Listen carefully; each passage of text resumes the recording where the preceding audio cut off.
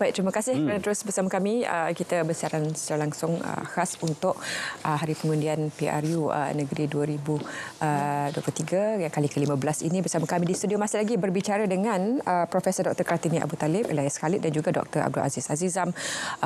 Prof dan Doktor terlihatkan tadi bagaimana suasana di lapangan di lokasi tempat mengundi. Kalau kita boleh ambil semula dari apa yang dikomen sedikit oleh Ismail sebentar tadi tentang undi muda, pengundi muda.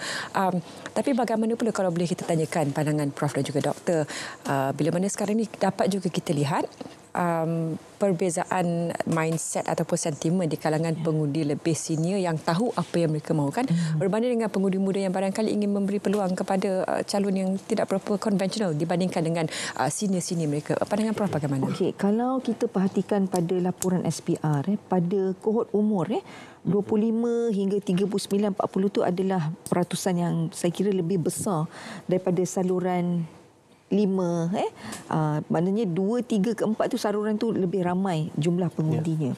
Dan kalau kita lihat siapa pilihan mereka pada usia 25, 39 hingga 39 ni, saya rasa mereka telah pun terbuka, terdedah dan mungkin telah mendapat literasi politik yang lebih baiklah pada saya untuk membolehkan mereka membuat keputusan.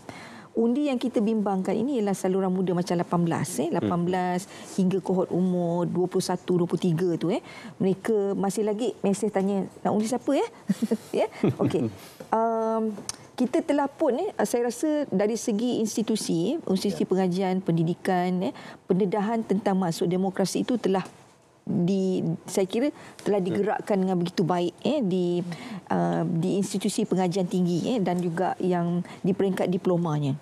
Cuma sistem pendidikan kita tidak mendedahkan pengajian tentang sosiologi kemanusiaan di peringkat yang lebih awal.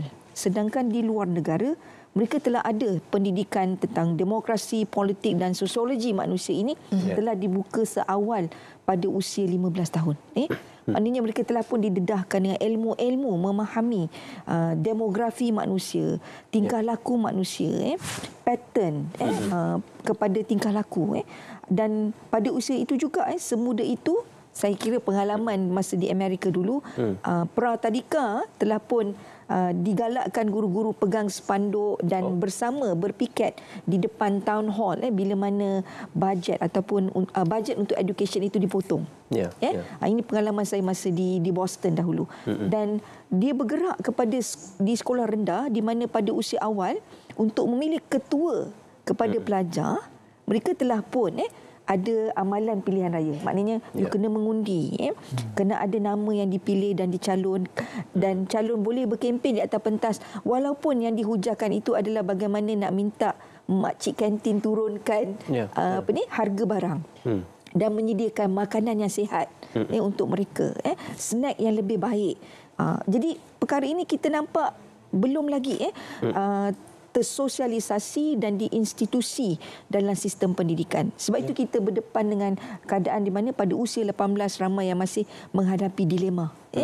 Kerana adanya ejen-ejen sosialisasi seperti keluarga, seperti rakan sebaya, orientasi pendidikan, media dan institusi yang sebenarnya informasi yang lambakan informasi yang banyak ini juga boleh menyebabkan dia terfikir-fikir dalam dilema untuk memilih pada usia 18. Dan kalaulah sistem pendidikan boleh membawa satu perubahan dengan memberi pendedahan yang lebih baik, memahami tentang aspek sosiologi, politiknya, demokrasinya, mungkin kita mungkin tidak lagi dalam keadaan berdepan dengan pengundi muda yang tak tahu siapa yang mereka nak pilih.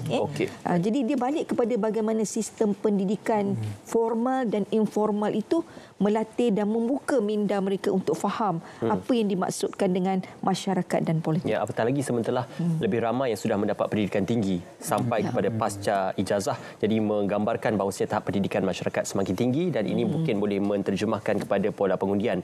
Sebelum kita bersama Ridwan, suka saya untuk membaca kembali perjalanan pilihan raya 19 81 peraturan-peraturan pilihan raya untuk konotasi individu yang boleh mengundi dalam pilihan raya, iaitu individu yang dibenarkan masuk ke saluran mengundi dan melaksanakan tanggungjawab, iaitu telah terdaftar dalam daftar pemilih semasa. Daftar pemilih ialah dokumen yang dianggap sah dan menjadi keterangan prima facie untuk membolehkan seseorang itu untuk mengundi. Dokumen utama yang sah ialah kad pengenalan biru atau MyCard. Sekiranya pengundi tidak ada kad pengenalan bersamanya atas sebab tertentu yang munasabah, maka pada kebiasaannya ketua tempat mengundi akan menggunakan budi bicara beliau meminta pengundi supaya menunjukkan bukti bahawa beliau adalah orang yang dimaksudkan dalam daftar pemilih. Jadi ini antara peraturan-peraturan pilihan raya bersandarkan kepada dokumen dalam memastikan kita cakna berkenaan tentang tanggungjawab kita supaya dokumen-dokumen yang disahkan oleh kerajaan Malaysia dibawa masuk untuk kita mengundi. Jadi berhati-hati dan juga pastikan proses pilihan raya insya-Allah akan berjalan dengan lancar. Ridwan katanya ada pelaporan rakan-rakan kita di lokasi, silakan Ridwan.